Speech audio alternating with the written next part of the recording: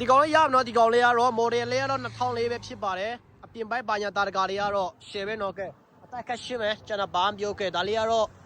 ဝါပီ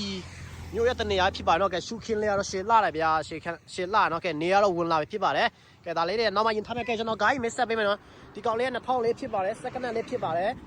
မြန်မာငွေနဲ့ဆိုရင်300ကျော်နဲ့ရမယ်နော်300ကျော်နဲ့ကဲဒါလေးကတော့ဘာမှတော့တိတ်ထူးခြားပြောစရာလည်းမလိုလို့ထင်ပါတယ်ဒီကောင်ရဲ့အာသာချက်တဲ့ brand ကတော့တီးလောက်ပဲထင်ပါတယ်ပြီးတော့ဈေးနှုန်းလည်းပေးရနဲ့တန်စေရမယ်ဗျာတန်လေးနဲ့လည်းကောင်းကောင်းလေးစီးရမယ်ကွာ e-pass စီးရလို့ကျွန်တော်အာမခံတယ်နေရာတာကာတွေကကုန်ပြမယ်နော်ကျွန်တော်တွန်းခန်းလေးတွေကတော့